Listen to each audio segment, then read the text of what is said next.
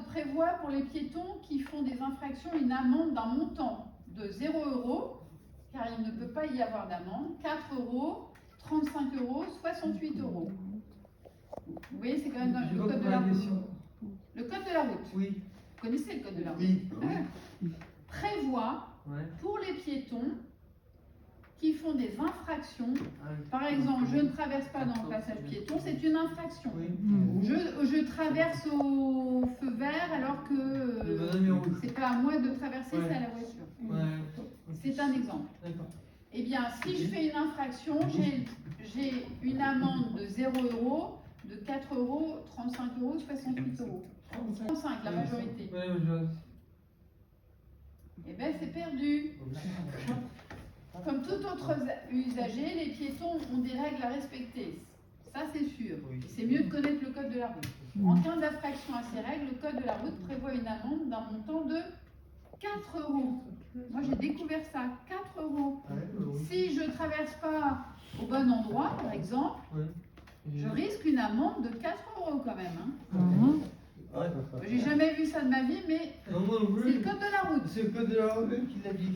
Rencontre, ça c'est du code de la route, à combien est limitée la vitesse de circulation? 20. 10, 20, 50, elle n'est pas limitée. 20. Qui dit elle n'est pas limitée? Et si c'est pas 20 km/h, c'est indiqué dans le panneau. Mettre des bandes rétro-réfléchissantes sur le cartable d'un enfant permet au conducteur de le voir à plus de... Vous voyez ce que c'est, les bandes C'est ce qu'il y a sur les gilets. rétro-réfléchissantes?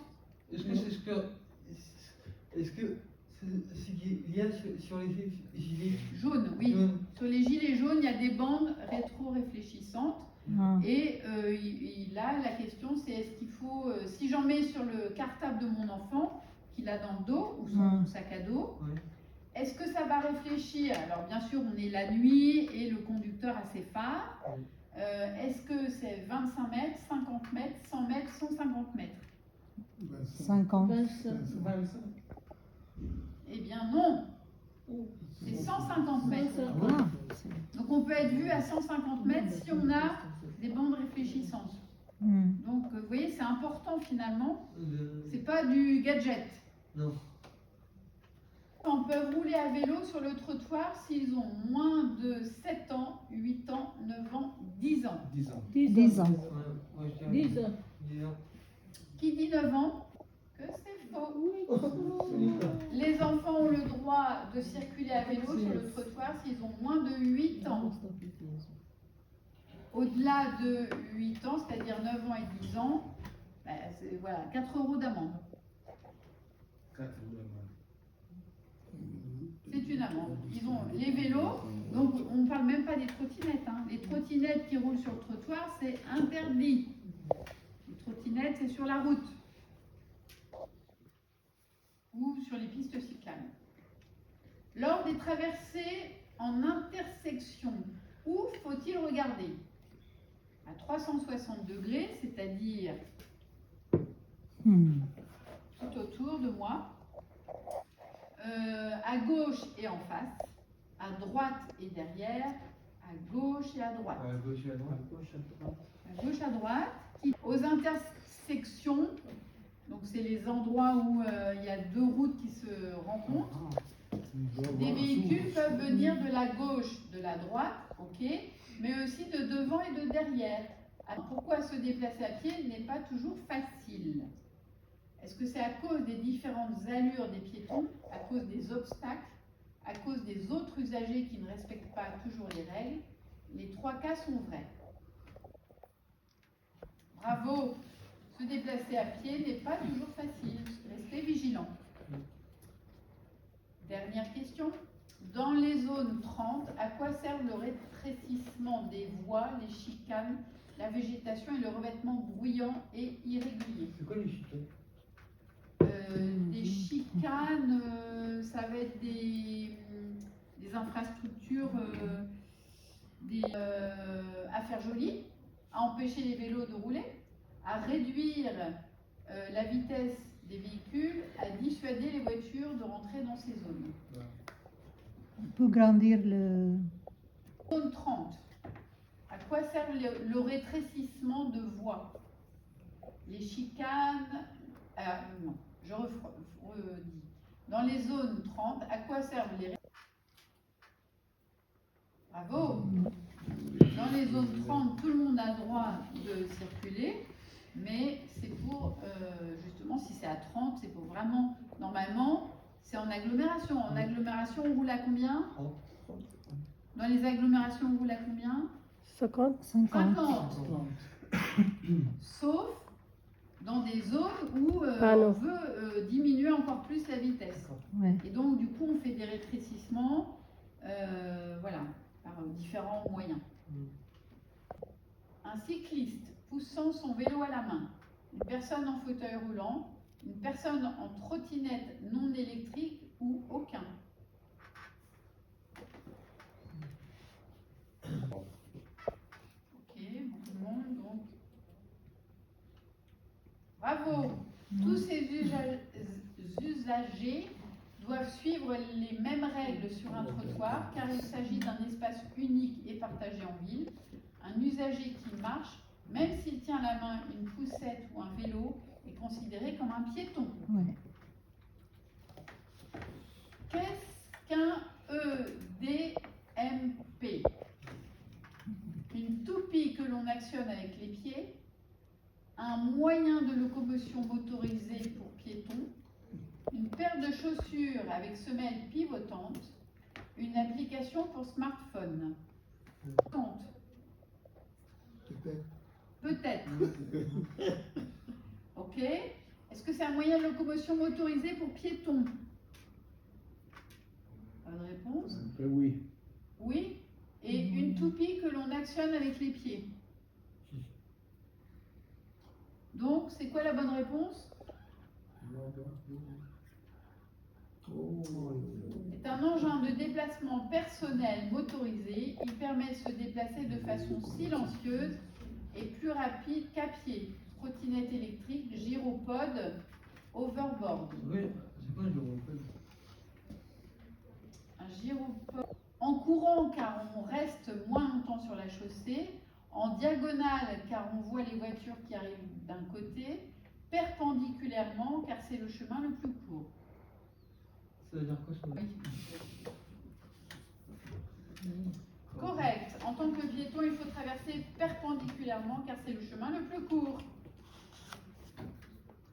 Quelles sont les questions à se poser avant de s'engager sur la chaussée? Y a-t-il des véhicules?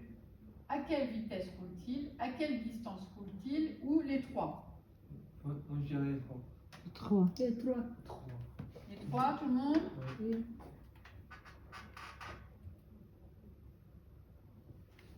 Correct. Pour savoir si on peut traverser en toute sécurité, il faut recueillir les informations utiles. Y a-t-il des voitures, des camions, des deux roues, des trottinettes électriques? Si oui, à quelle distance sont-ils et à quelle vitesse roulent-ils? Bien sûr. C'est du bon sens. Dans une aire piétonne, tout véhicule est interdit. Les vélos sont prioritaires, les vélos sont interdits, le piéton est prioritaire. Sûr. Dans une aire piétonne, le piéton est prioritaire. Déjà dans la définition aire piétonne, on a la réponse. Quelles précautions faut-il prendre pour traverser une chaussée? Traverser en diagonale, suivre les autres piétons, traverser rapidement en courant si possible, ne pas traverser entre des voitures en stationnement. Donc c'est les précautions. Et oui. Et la question c'était quelles précautions faut-il prendre? Donc la précaution c'est lors d'une traversée d'une chaussée, il est important de se rendre visible afin de ne pas surprendre les autres usagers. C'est pour cela qu'il ne faut pas traverser entre des voitures en stationnement, on risque de ne pas être vu. Quelle attitude adopter à l'approche d'un chantier? Traverser quand la signalisation oblige le piéton à changer de trottoir. Faire demi-tour car la rue n'est plus sécuritaire. Accélérer le pas pour dépasser la zone de travaux. aller sur la chaussée pour s'éloigner de l'obstacle. Traverser la signalisation. Numéro 1. Ok, les autres. Le premier. Le premier. Qui dit la première?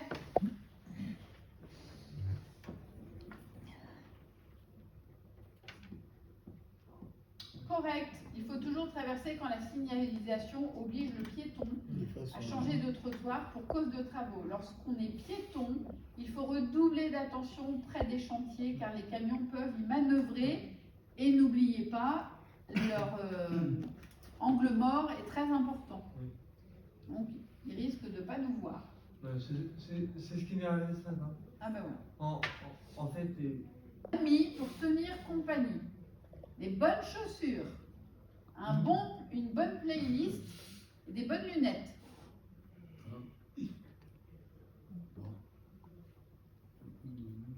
bah, je dirais de bonnes. Non. Non.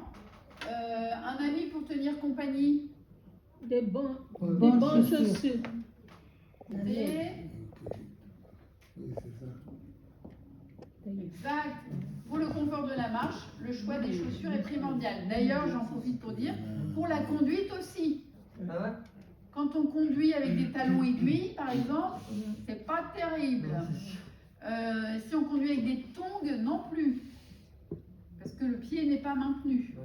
Donc le jour où vous allez Faut dire. faire les leçons de conduite, des mètres de sécurité pour les auto-écoles, une zone où l'on doit rouler à 30 km/h minimum, un périmètre urbain dans lequel la vitesse du trafic est limitée à 30 km/h, une zone urbaine dédiée aux piétons. Oui. Oui. Attention, C'est le Non. 3. incorrect. C'est le 3. En ville, de plus en plus de quartiers passent en zone 30. Dans ces zones, les piétons n'ont pas de priorité particulière. Ils doivent utiliser les trottoirs et les passages piétons lorsqu'ils existent. Donc c'est quel qui est le correct? Le 3. Troisième? Troisième. Oui. Oui, le 3. Ouais. En bonne yes. C'est Une interdiction, une obligation, une indication, un danger ou une localisation. La deuxième. Là, il faut que personne n'est faux. Parce que Oui. je demande une localisation. Est-ce que vous savez ce que c'est? Oui, je sais localisation. Bon, d'accord. Une interdiction?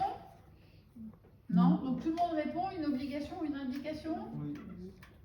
Oh, c'est dommage, j'aurais voulu mettre des gens dans le placard. Très bien.